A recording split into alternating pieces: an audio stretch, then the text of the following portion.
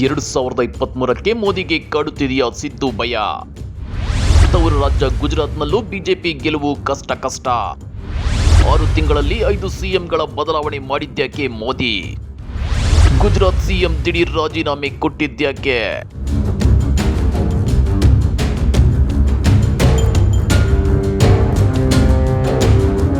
ಮೋದಿ ದೇಶದ ಪ್ರಧಾನಿಯಾಗಿ 7 ವರ್ಷಗಳೇ ಉರುಳಿವೆ. ಈ 7 ವರ್ಷಗಳಲ್ಲಿ ದೇಶದ ಉದ್ದಗಲಕ್ಕೂ ಆಡಳಿತ ವಿರೋಧಿ ಅಲೆ ಎದ್ದಿದೆ. 2013 ಮತ್ತು 2018ರಲ್ಲಿ ಮೋದಿ ಮೇಲಿದ್ದ ಕ್ರೇಜು ನಿಧಾನಕ್ಕೆ ಕಡಿಮೆಯಾಗ್ತಾ ಇದೆ. ಹೀಗಾಗಿ 2023ರ ರಾಜ್ಯ ವಿಧಾನಸಭಾ ಚುನಾವಣೆಯಲ್ಲಿ ಮೋದಿ ಅಲೆ ವರ್ಕೌಟ್ ಆಗಲ್ಲ. ಹಾಗೇನಿದ್ರು ಸಿದ್ದು ಗೇಮ್ ಪ್ಲಾನ್ ವರ್ಕೌಟ್ ಆಗುತ್ತೆ. ಮೋದಿಗಿಂತ ಸಿದ್ದು ಅಲೆ ರಾಜ್ಯದ ಉದ್ದಗಲಕ್ಕೂ ಬಿರುಗಾಳಿಯಂತೆ ಬೀಸಲಿದೆ. ಈ ನಿಗೂಢ ಸತ್ಯವನ್ನ ಅರಿತ ಪ್ರಧಾನಿ ಮೋದಿ ಮತ್ತು ಕೇಂದ್ರ ಗೃಹ ಸಚಿವ ಅಮಿತ್ ಶಾ ಜೋಡಿ ಕೇವಲ 7 ತಿಂಗಳಲ್ಲಿ 6 ಸಿಎಂಗಳನ್ನ ಬದಲಾಯಿಸಿದೆ. ಹಾಗಾದ್ರೆ 2024ಕ್ಕೆ ಮೋದಿ ಮಾಸ್ಟರ್ ಪ್ಲಾನ್ ಏನು? ಸಿದ್ದರಾಮಯ್ಯ ಮೋದಿಗೆ ಅದೇಗೆ ಕಾಡ್ತಿದ್ದಾರೆ ಎನ್ನುವುದನ್ನ ತೋರಿಸ್ತೀವಿ.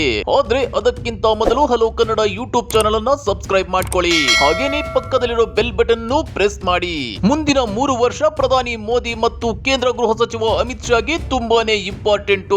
ದೇಶದಲ್ಲಿ ಮತ್ತೆ ಬಿಜೆಪಿಯನ್ನ ಅಧಿಕಾರಕ್ಕೆ ತರಬೇಕು ಅಂದ್ರೆ ಈಗಿನಿಂದಲೇ ಮಾಸ್ಟರ್ ಪ್ಲಾನ್ ಮಾಡಲೇಬೇಕು. ಹೀಗಾಗಿನೇ ಕೇವಲ 6 ತಿಂಗಳಲ್ಲಿ 5 ರಾಜ್ಯಗಳ ಸಿಎಂಗಳನ್ನ ಚೇಂಜ್ ಮಾಡಿದ್ದಾರೆ. ಆದ್ರೆ ಮೋದಿ ಅಮಿತ್ ಶಾ ಜೋಡಿ ಏನೇ ಪ್ಲಾನ್ ಮಾಡಿದ್ರು ಆ ಪ್ಲಾನ್ ಉಲ್ಟಾ ಆಗುವಂತೆ ಮಾಡ್ತಿದ್ದಾರೆ ಹುಲಿಯ ಸಿದ್ದರಾಮಯ್ಯ. ಟಕ್ಕರ್ಗೆ ಟಕ್ಕರ್, ತಂತ್ರಕ್ಕೆ ರಣತಂತ್ರವನ್ನ ಹೆಣೆಯುತ್ತಿದ್ದಾರೆ. ಬಿಜೆಪಿ ನಾಯಕರು ಏನೇ ಜನಪ್ರಿಯ ಕಾರ್ಯಕ್ರಮಗಳನ್ನ ಜಾರಿಗೆ ತಂದ್ರು ಸಿದ್ದರಾಮಯ್ಯ ಕೊಟ್ಟಿದ್ದ ಅನ್ನಭಾಗ್ಯದ ಮುಂದೆ ಎಲ್ಲವೂ ಗೌಣವಾಗುತ್ತಿವೆ. ಇದೇ ಕಾರಣಕ್ಕೆ ನೋಡಿ ರಾಜ್ಯ ಬಿಜೆಪಿ ಸರ್ಕಾರ ಸಿದ್ದರಾಮಯ್ಯ ಕೊಡ್ತಿದ್ದ 7 ಕೆಜಿ ಅಕ್ಕಿಗೆ ಕತ್ತರಿ ಹಾಕಿ 2 ಕೆಜಿ ಅಕ್ಕಿಯನ್ನ ನೀಡೋಕೆ ಮುಂದಾಗಿರೋದು. ಆದ್ರೆ ಬಿಜೆಪಿ ನಾಯಕರ ಈ ಪ್ಲಾನ್ ಅವರಿಗೆ ತಿರುಗುಬಾಣವಾಗಿದೆ. ಹೀಗಾಗಿ 2023ರ ಚುನಾವಣೆಯಲ್ಲಿ ರಾಜ್ಯದಲ್ಲಿ ಒಂದೊಮ್ಮೆ ಕಾಂಗ್ರೆಸ್ ಅಧಿಕಾರಕ್ಕೆ ಬಂದ್ರೆ ಬಿಜೆಪಿ ಇಡೀ ದಕ್ಷಿಣ ಭಾರತದ ಮೇಲೆ ಹಿಡಿತ ಕಳೆದುಕೊಳ್ಳೋ ಭೀತಿಯನ್ನ ಎದುರಿಸುತ್ತಿದೆ.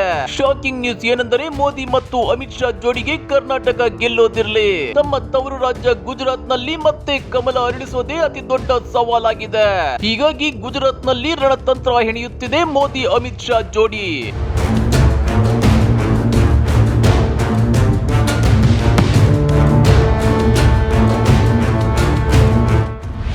ಗುಜರಾತ್ ಸಿಎಂ ವಿಜಯ್ ರೂಪಾನಿ ದಿಢೀರ್ ರಾಜೀನಾಮೆ. ಮೋದಿ ಅಮಿತ್ ಶಾ ತವರು ರಾಜ್ಯದಲ್ಲಿ ಯಾಕೆ ಬದಲಾವಣೆ? ಗುಜರಾತ್ ನಲ್ಲಿ ಸೈಲೆಂಟ್ ಆಗಿ ಕ್ಷಿಪ್ರ ರಾಜಕೀಯ ಬದಲಾವಣೆಯಾಗಿದೆ. ಗುಜರಾತ್ ಸಿಎಂ ವಿಜಯ್ ರೂಪಾನಿ ದಿಢೀರ್ ಅಂತ ತಮ್ಮ ಸ್ಥಾನಕ್ಕೆ ರಾಜೀನಾಮೆ ನೀಡಿದ್ದಾರೆ. ನಿಮಗೆ ಗೊತ್ತಿರಲಿ, ಗುಜರಾತ್ ಚುನಾವಣೆಗೆ ಇನ್ನು ಕೇವಲ 15 ತಿಂಗಳಷ್ಟೇ ಬಾಕಿ ಇದೆ. ಇಂಥ ಟೈಮಲ್ಲಿ ಬಿಜೆಪಿ ನಾಯಕರು ಗುಜರಾತ್ ಸಿಎಂ ಅನ್ನ ಬದಲಾವಣೆ ಮಾಡಿದ್ಯಾಕೆ? ಅದರಲ್ಲೂ ಪ್ರಧಾನಿ ಮೋದಿ ಮತ್ತು ಕೇಂದ್ರ ಗೃಹ ಸಚಿವ ಅಮಿತ್ ಶಾ ತವರು ರಾಜ್ಯದಲ್ಲಿ ಇಂಥದ್ದೊಂದು ಬದಲಾವಣೆ ಆಗಿದ್ಯಾಕೆ ಅನ್ನೋ ಪ್ರಶ್ನೆ ಮೂಡಿದೆ.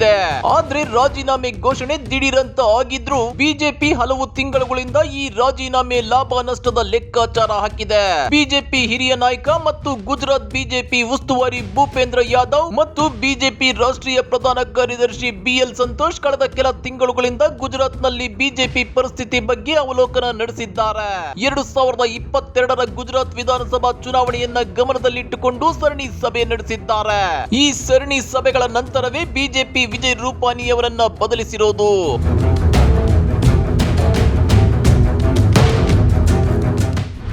6 ತಿಂಗಳಲ್ಲಿ 5 ಸಿಎಂಗಳ ಬದಲಾವಣೆ.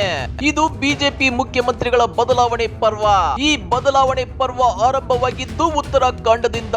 2021ರ ಮಾರ್ಚ್ ನಲ್ಲಿ ಬಿಜೆಪಿ ಉತ್ತರಾಖಂಡ್ ಸಿಎಂ ತ್ರಿವೇಂದ್ರ ಸಿಂಗ್ ರಾವತ್ ಅವರನ್ನ ಸಿಎಂ ಸ್ಥಾನದಿಂದ ಕೆಳಗಿಳಿಸಿತ್ತು.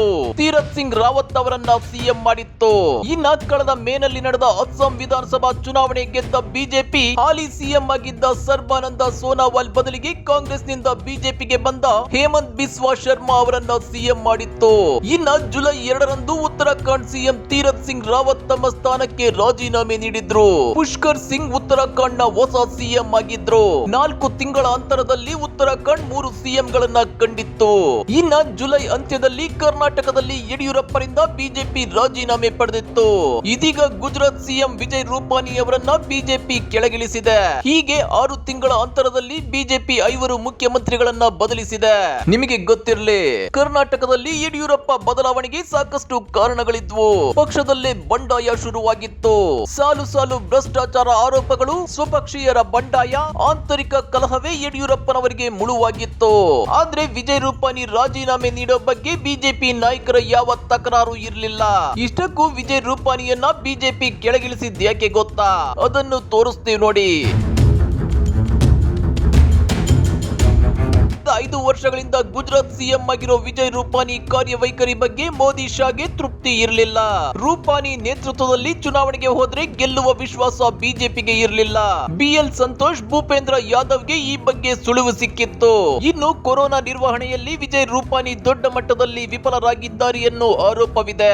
ಗುಜರಾತ್ ನಲ್ಲಿ ಕೊರೋನಾ ಅಂಕಿಅಂಶ ಮುಚ್ಚಿಟ್ಟಿರೋ ಆರೋಪವೂ ಇದೆ.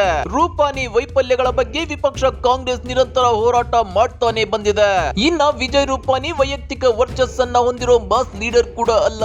ಹೀಗಾಗಿ ಬಿಜೆಪಿ ಪಾಟೀದಾರ್ ಸಮುದಾಯದ ಮತ ಸೆಳೆಯೋ ನಾಯಕನಿಗೆ ಪಟ್ಟ ಕಟ್ಟಲು ತಂತ್ರ ರೂಪಿಸಿದೆ.